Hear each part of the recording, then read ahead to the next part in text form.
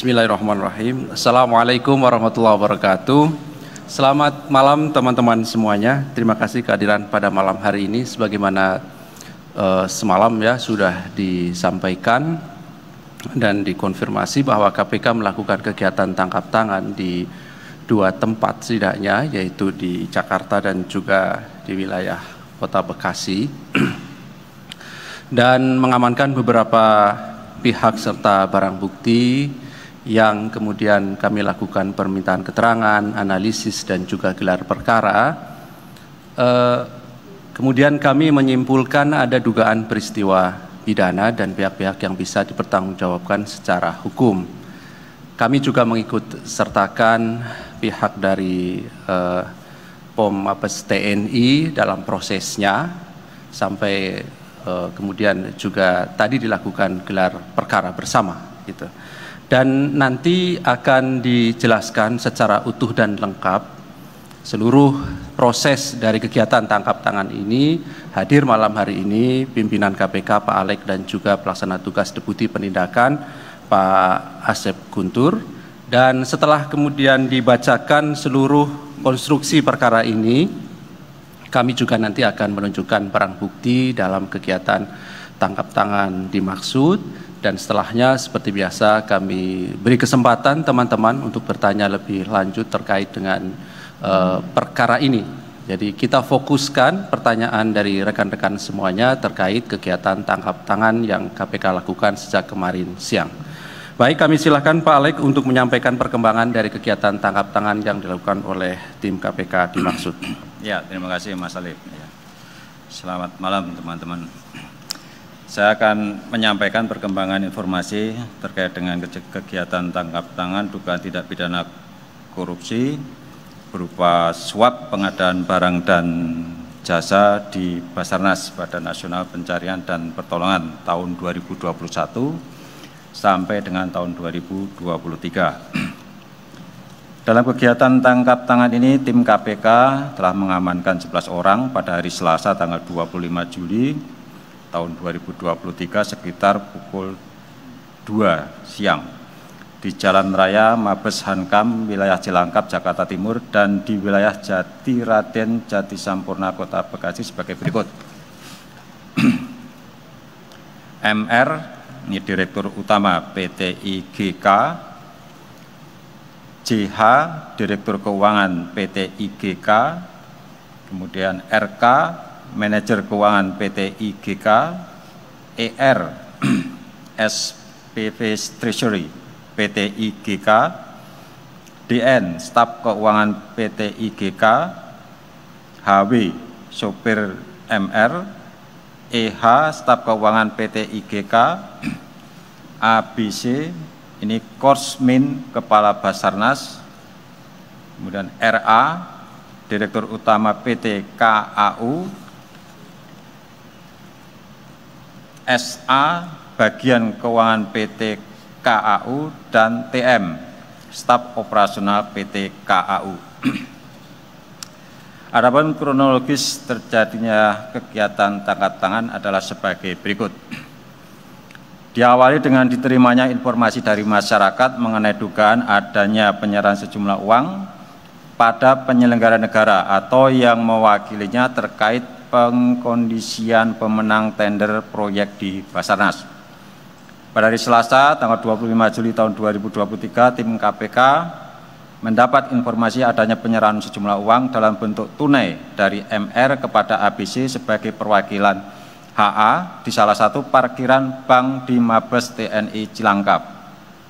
Tim KPK kemudian langsung mengamankan MR, ER, dan HW di Jalan Mabes Hankam, Cilangkap, dan ABC di salah satu restoran soto di Jati Sampurna, Bekasi.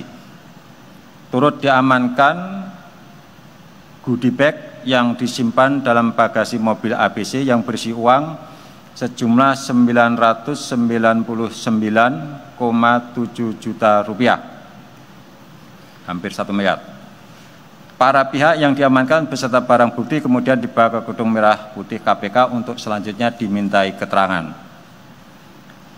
Atas dasar adanya laporan masyarakat ke KPK yang kemudian ditindaklanjuti dengan pengumpulan berbagai informasi dan bahan keterangan terkait dugaan tindak pidana korupsi dimaksud, berlanjut pada tahap penyelidikan sebagai langkah menemukan adanya peristiwa pidana, sehingga ditemukan adanya bukti permulaan yang cukup. KPK kemudian menaikkan status perkara ini ke tahap penyidikan dengan menetapkan dan mengumumkan tersangka sebagai berikut.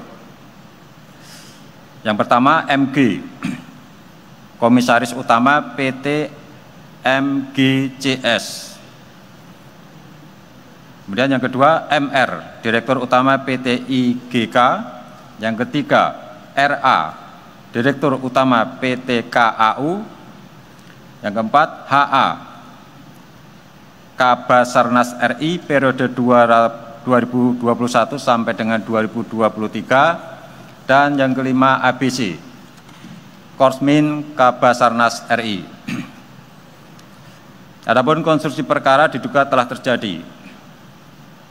Semenjak tahun 2021, Basarnas melaksanakan beberapa tender proyek pekerjaan yang diumumkan melalui layanan LPSE Basarnas yang dapat diakses oleh umum.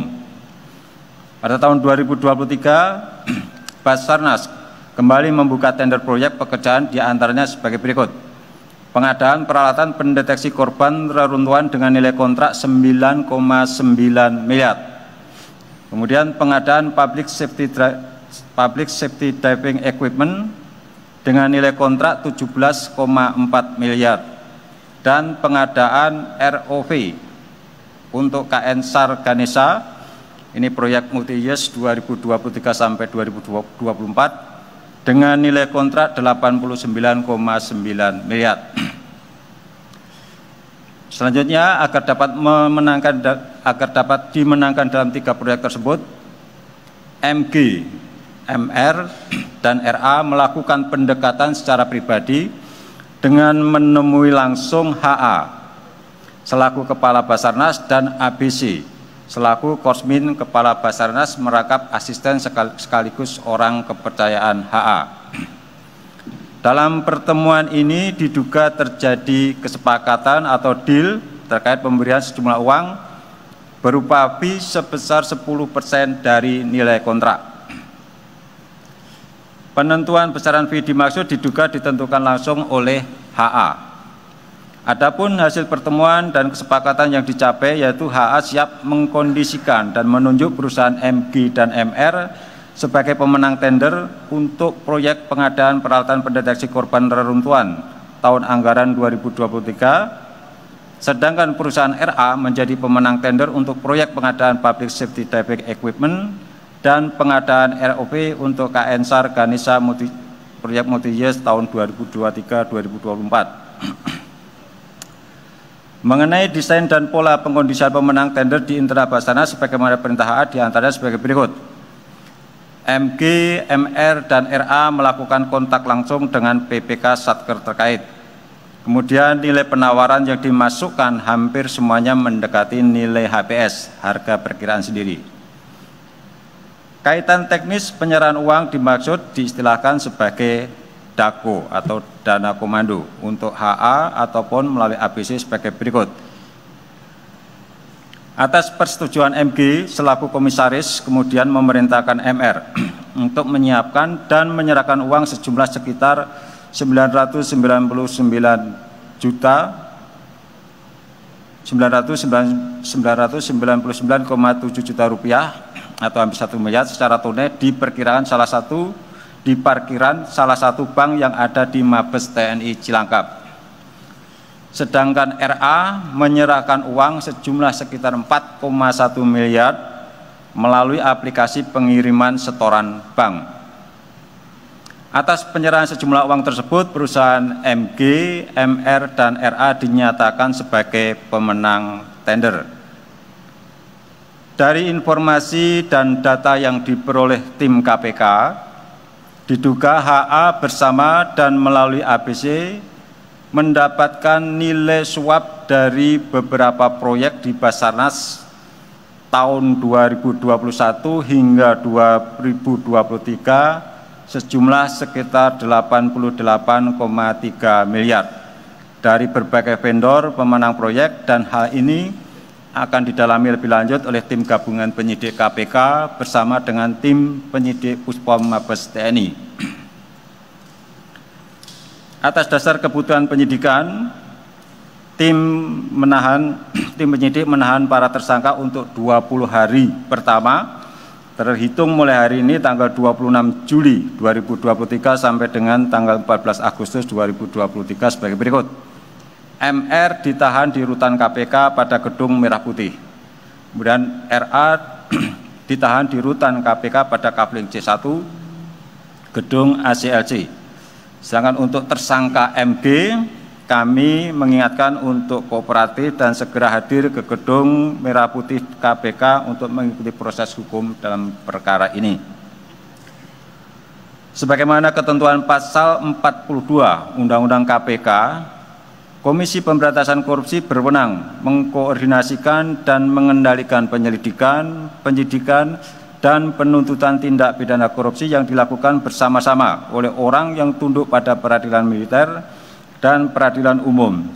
Junto pasal 89 KUHP, maka terhadap 2 orang tersangka yaitu HA dan ABC yang diduga sebagai penerima suap, penegakan hukumnya diserahkan kepada Puspom Mabes TNI untuk proses hukum lebih lanjut yang akan diselesaikan oleh tim gabungan penyidik KPK dan tim penyidik Puspom Mabes TNI sebagaimana kewenangan yang diatur dalam undang-undang. Tersangka MG, MR, dan RA sebagai pihak pemberi disangkakan melanggar pasal 5 ayat 1 huruf A atau huruf B atau pasal 13 Undang-Undang Nomor 31 Tahun 1999 tentang pemberantasan tindak pidana korupsi sebagaimana telah diubah dengan Undang-Undang Nomor 20 Tahun 2001 tentang perubahan atas Undang-Undang Nomor 31 Tahun 1999 tentang pemberantasan tindak pidana korupsi junto pasal 55 ayat 1 ke 1 KUHP. KPK menyampaikan apresiasi kepada Puspom TNI atas dukungan dan sinergi yang telah terjalin dengan baik dan harapan dapat mengungkap dugaan tindak pidana korupsi dalam proses pengadaan barang dan jasa di Basarnas. KPK juga menyampaikan terima kasih kepada masyarakat yang telah menyampaikan informasi adanya dugaan tindak pidana dalam perkara ini. Kami mengajak masyarakat untuk terus memantau dan turut mengawasi proses penanganan perkara ini sehingga penanganan perkara ini dapat berjalan dengan adil, baik tersangka yang ditangani KPK maupun untuk para tersangka yang ditangani oleh Puspom TNI yang nanti dalam prosesnya kami akan melakukan supervisi dan bersinergi dengan pihak Puspom TNI. Demikian beberapa hal yang kami sampaikan. Terima kasih. Baik, terima kasih Pak Alek yang telah membacakan beberapa poin perkembangan dari kegiatan tangkap tangan dimaksud. Pada prinsipnya KPK telah menetapkan 5 orang sebagai tersangka, 3 orang ditangani oleh KPK dan 2 diserahkan penegakan hukumnya pada Puspom TNI yang nanti akan dilakukan bersama gabungan antara KPK dan penyidik dari Puspom TNI. Diduga HA dan kawan-kawan menerima uang sejumlah 88,3 miliar dari berbagai proyek tahun 2021 hingga 2023. Baik, sebelum itu Mas kami tunjukkan dulu barang bukti. Setelah itu baru nanti kami beri kesempatan teman-teman boleh bertanya terkait dengan perkara ini. Oke, Mas Ferry, sabar dulu ya. Nggak kelihatan?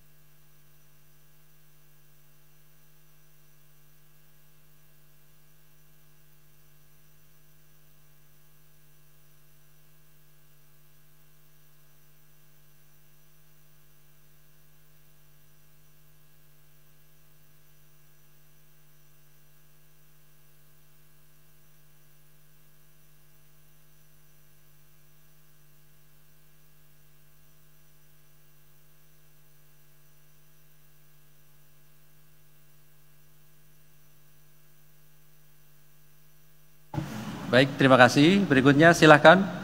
Oke, Mas Mario, Mas Yogi, Mas Hedi. Sebelah kanan saya ada? Oke, sementara sebelah sini dulu ya. Silakan, Mas Mario. Ya, terima kasih atas kesempatannya. Saya Mario dari Metro TV. Ya, mumpung ada Pak Alek juga, sekalian mau detailkan kasus ini. Pertama, bahwa kasus ini kan melibatkan 2 atau 3 perusahaan sebenarnya, yang kemudian secara rinci itu dari proyek itu yang mana saja pengadaan dan tahun berapa atau paketnya paket apa. Terus kedua, dengan adanya perbedaan di 2 peradilan militer dan sipil, artinya memang jelas dengan berlatar belakang militer, saudara Henry Afandi ini ditangani oleh POM TNI.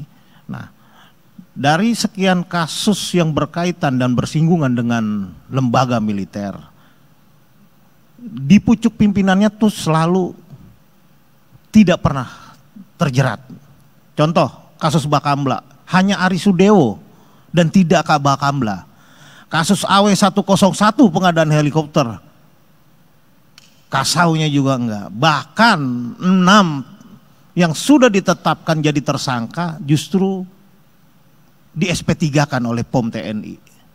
Nah, ini ada lagi nih kasus berkaitan soal Basarnas, dan Kabasarnasnya dijerat. Apakah KPK yakin bahwa proses pengenaan dari pucuk pimpinan lembaga Basarnas ini akan dijerat? Ini bukan sekali 2 kali kasus yang, apalagi kawan ini aktif dan tinggal dilantik atau dilantik lah. Nah, ini kayak gini, bagaimana strategi KPK, bagaimana pemantauan dan koordinasi supervisinya yang model gimana nih biar ini maksimal gitu loh. Ini enggak uang kecil, 88 miliar. Nah, selanjutnya ya mau saya tanyakan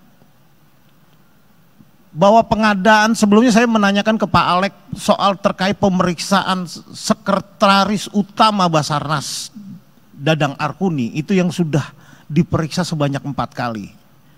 Itu belum disebutkan cluenya dan apakah memang ada persinggungan juga dengan pucuk pimpinan Basarnas. Dan kita ketahui bahwa pengadaan-pengadaan di Basarnas yang berkaitan dengan perlengkapan atau infrastruktur atau prastruktur pertolongan kemanusiaan ini sangat besar biayanya. Dari deteksi alat, pengadaan alat bencana, bahkan alat angkut, helikopter Dolphin yang harganya hampir 1,5 triliun. Nah, ini kan bagaimana? Apakah ini menjadi pintu masuk KPK untuk mengembangkan kasus atau bahkan dikaitkan dengan penyelidikan sebelumnya tentang pemeriksaan sejumlah pejabat Basarnas dalam kasus ini? Nah, untuk biar nggak bolak-balik Mas Ali, sekalian kasus yang lain, Pak Alek izin. Kita fokuskan dulu aja. Mas. Oh, fokuskan dulu. Ya, fokuskan dulu ya. Silakan yang lain. Oke, thank you. Itu dulu deh. Selamat malam Pak Alex, Pak Asep, Pak Ali. Saya Hedi dari Kumparan. Ini mau mempertanyakan yang soal tindak lanjut yang Kabasarnas ini. Saya tadi sempat lihat LHKPN-nya Kabasarnas, ini dia punya pesawat terbang, harganya 650 juta kalau nggak salah. Nah, ini apakah juga akan jadi petunjuk KPK untuk didalami sumber daripada ya pesawat terbang itu gitu, maksudnya dia diperoleh dari mana dan sebagainya. Apakah jangan-jangan berasal dari ternyata suap yang dilakukan ini? Itu yang pertama. Terus yang kedua, ini Kabasarnas ini kenapa tidak langsung ikut ditahan begitu?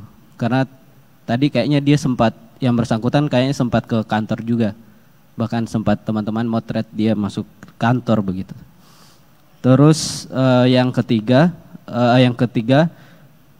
yang perusahaan yang ditetapkan tadi ini PT apa namanya? Apakah bentar Pak. PT IGK ini adalah perusahaan percetakan, benar perusahaan dia bergelut di percetakan atau tidak? Terus yang terakhir, ini mungkin tadi menyederhanakan pertanyaan dari Bang Mario. Ini nanti Kabasarnas ini meskipun nanti diserahkan ke TNI, apakah penahanannya akan dilakukan terlebih dahulu di KPK kemudian diserahkan ke sana atau bagaimana nanti konsepnya? Ini yang paling terakhir, apakah ini menjadi kasus pertama bagi KPK yang bekerja langsung sama POM TNI begitu? Terima kasih Pak Alex. Terima kasih Mas Sidi. Mas Nyam ya. Izin Mas. Setelah ini masuk Oke. Mau nanya Pak, ini kan untuk kesekian kalinya ya salah satu tersangkanya atau beberapa tersangkanya dari pihak militer ya gitu. Nah, seberapa yakin sih KPK terhadap pihak POM TNI bahwa kasus ini tuh akan diusut sampai tuntas di sana kayak gitu ya? Karena kalau kita tahu yang kasus helikopter AW101 itu juga mandek itu kan SP3 gitu. Kemudian dan di persidangan saya mengikuti juga sekedar menghadirkan saksi dari pihak TNI aktif aja itu seperti sangat sulit ya gitu, dan bahkan nyampe hakimnya itu emosi ya gitu. Ya kami pikir KPK juga mengikuti persoalan tersebut ya gitu. Ya meskipun pada akhirnya vonis tetap dijatuhkan, tapi kan ya gimana prajurit TNI-nya juga nggak datang ke sidang kayak gitu loh. Termasuk pejabat-pejabatnya. Mungkin itu, terima kasih. Ya, saya Yogi dari Harian Kompas. Pak Alex, ini kan sudah menggunakan sistem elektronik gitu ya, lelang gitu ya. Tapi kenapa kok masih bisa bobol gitu? Kan berkali-kali bahwa KPK mengatakan bahwa ini bentuk pencegahan korupsi ada dengan sistem digital gitu. Nah, dengan digitalisasi. Nah, itu kemudian di sini tadi kan Afri itu bisa menentukan gitu ya. Dia sebagai apa sih di sini posisinya gitu? Apakah sebenarnya yang menentukan kepala Basarnas yang tadi ada dana komando itu, atau si Afrinya, atau bagaimana gitu? Kemudian lalu untuk tadi ya, untuk sistem elektronik itu solusinya bagaimana ke depannya supaya ini kan istilahnya udah mentok ya, solusi terbaik, tapi ternyata masih bobol juga. Kan kemarin Pak Luhut juga mengatakan bahwa dengan digital itu adalah yang utama gitu. Kemudian, oh ya mungkin tadi bisa dijelaskan tadi uang yang dipaparkan tadi berapa ya jumlahnya? Oh ya, makasih Pak. Oh, siap. Oke. Ada lagi silakan. Cukup ya mewakili teman-teman semuanya pada malam hari ini. Baik, kami silakan Pak Alek untuk merespon pertanyaan dari teman-teman semuanya. Ya, oke. Sebab tadi dari proyek yang mana ini, dari Mas Mario tadi? Kan tadi uangnya 999 ya. 999 juta. Nah, ini kan 10% dari nilai kontrak. Nah, kontraknya untuk pengadaan alat pendeteksi korban reruntuhan itu kan 9,9 miliar. Artinya persis 10%. Itu kalau dirinci lebih lanjut, belakangnya itu 700.400 rupiah. Jadi ada 400 rupiah lengkapnya itu. Jadi ada pecahnya nilainya. Tadi karena dibulatkan saja jadi 999,7 juta. Jadi jelas itu dari pengadaan pendeteksi korban reruntuhan. Sedangkan yang 4 miliar tadi disampaikan bahwa itu pengadaan public safety diving, ini senilai 17,4 miliar, dan pengadaan ROV. Ini multi years ini. Nah, ini pastinya kan suap diberikan sesuai dengan apa ya, lelang atau kontrak tahun 2023 ini, dan sesuai dengan pembayaran yang dilakukan, ya kan seperti itu. Dan kalau dilihat kan tadi sampaikan jumlah keseluruhan dari tahun 2021 sampai 2023 ya, dari catatan yang ditemukan tim itu tercatat sekitar 88,8 miliar ya, 88,3 miliar total uang yang dicatat oleh ABC.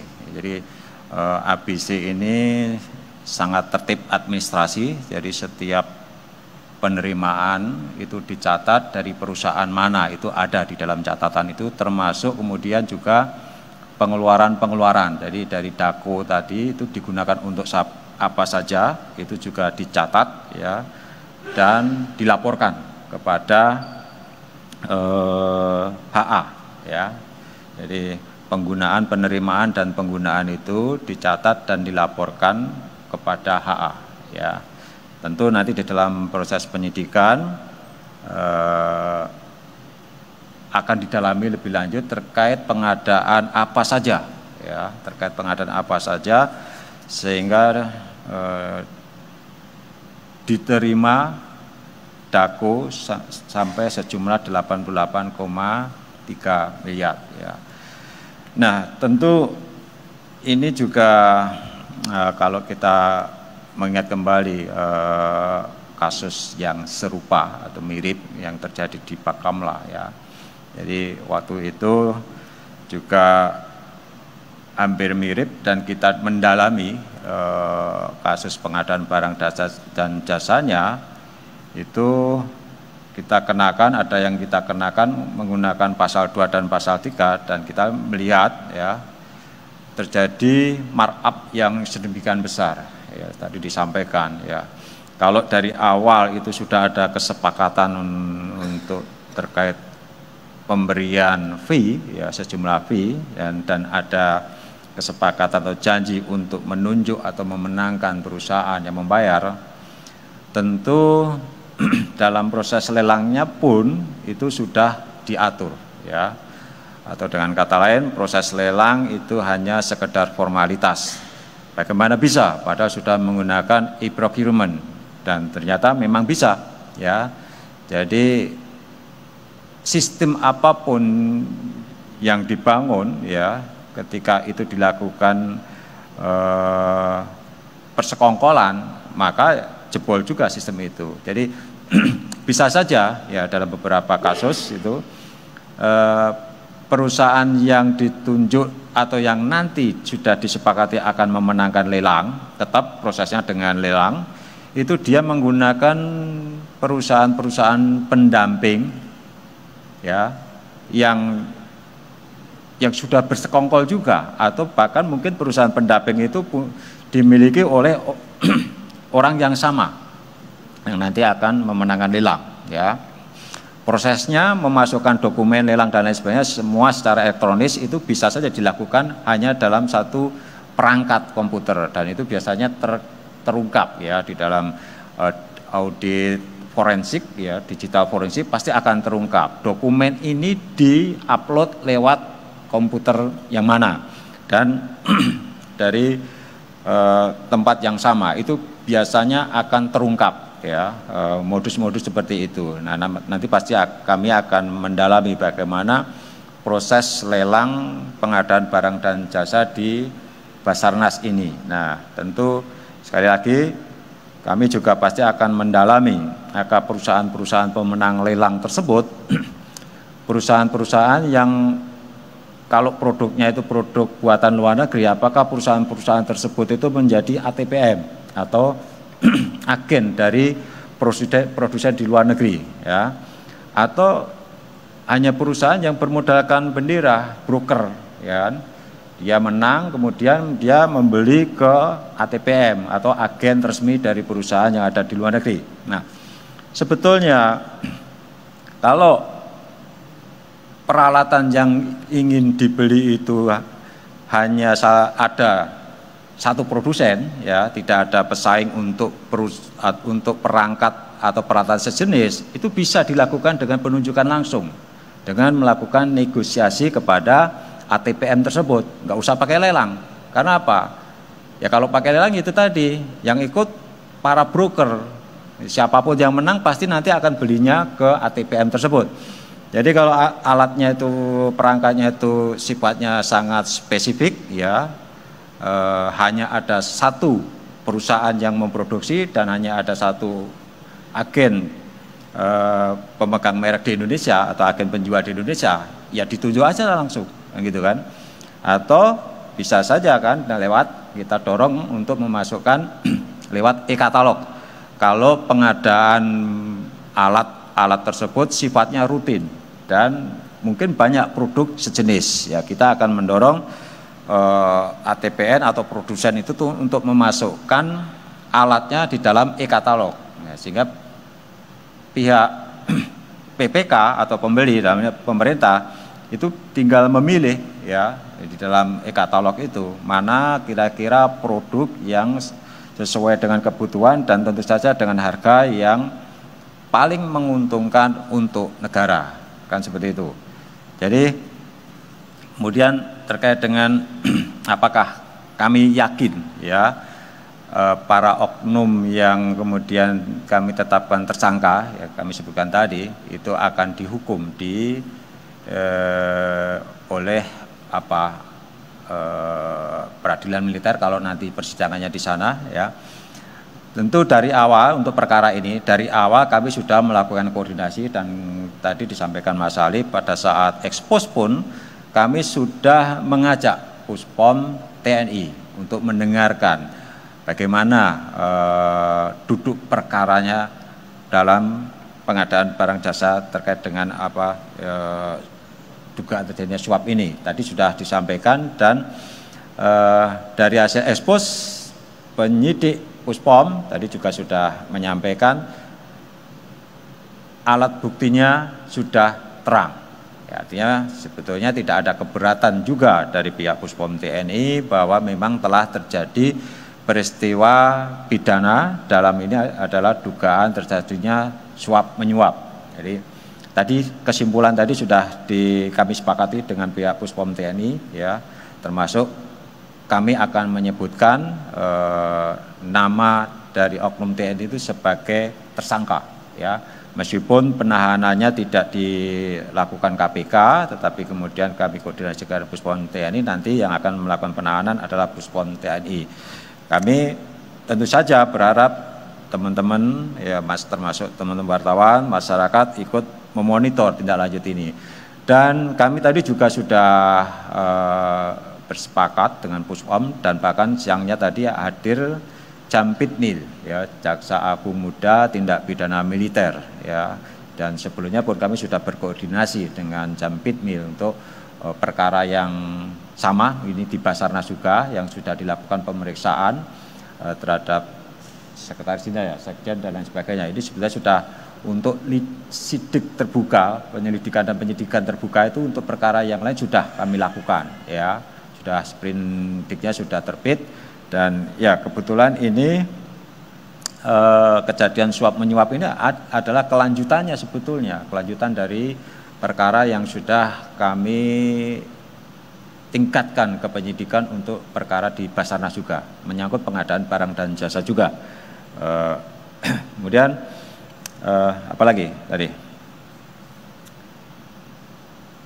Nah, terkait ketentuan peraturan perundang-undangan ya, kalau itu tunduk pada dua yurisdiksi ya, dua peradilan, dua kewenangan ya, sesuai dengan ketentuan seharusnya dibentuk tim koneksitas. Nah, tadi juga kami sudah bicarakan ya, kemungkinan dibentuk tim koneksitas ya, di mana di dalam surat perintah penyidikan itu ada penyidik dari KPK dan ada penyidik dari Puspom TNI. Nah, hanya saja selama ini sejauh ini belum ada MOU antara KPK dengan pihak Puspom TNI, dan minggu depan kami tadi sudah sampaikan melalui Pak Asep dan juga dari Puspom TNI, kami akan agendakan untuk bertemu dengan Panglima TNI untuk membahas persoalan ini, karena tidak tertutup kemungkinan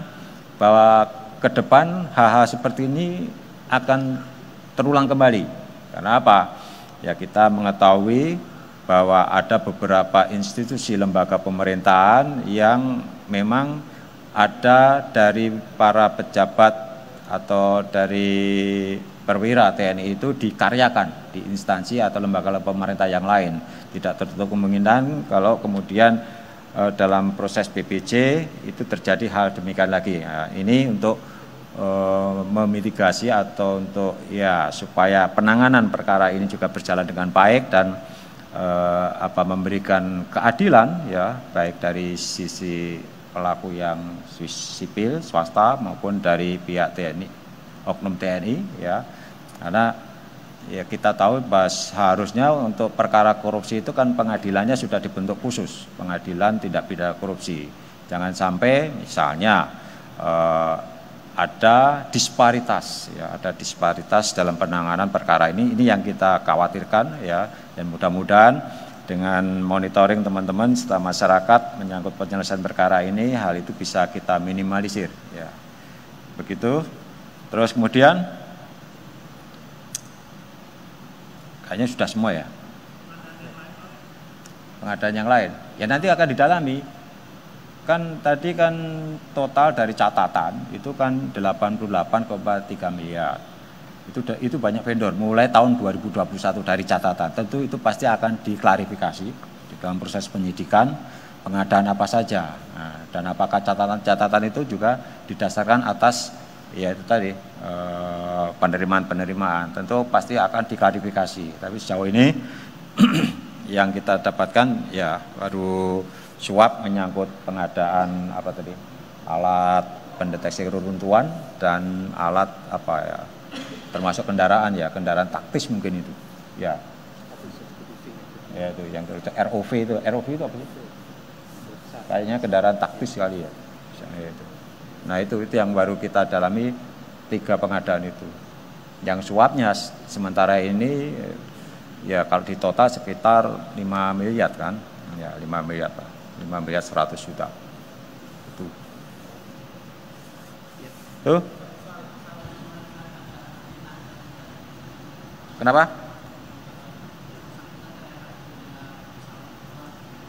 Oh di LHKPN. Oh, di LHKPN. Ya umumnya dalam proses penyidikan kalau yang bersangkutan itu penyelenggara negara dan wajib LHKPN, pasti nanti di pihak penyidik akan melihat seberapa besar ya harta kekayaan yang bersangkutan, kan gitu. Nanti di tingkat penyidikan pasti akan di cross check dilihat. Ya.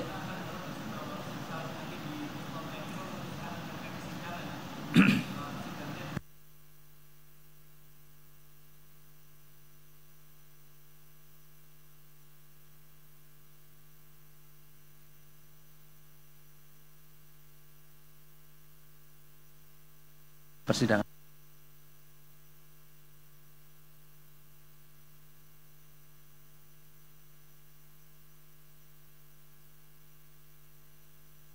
TNI ya. Jadi kita nggak berandai-andai ya, tapi ya tadi yang sudah kami bicarakan dengan pihak Puspom TNI dan juga Jampitmil ya, tadi kita upayakan untuk dilakukan koneksitas, gitu ya. Ya, saya kira cukup ya, ya.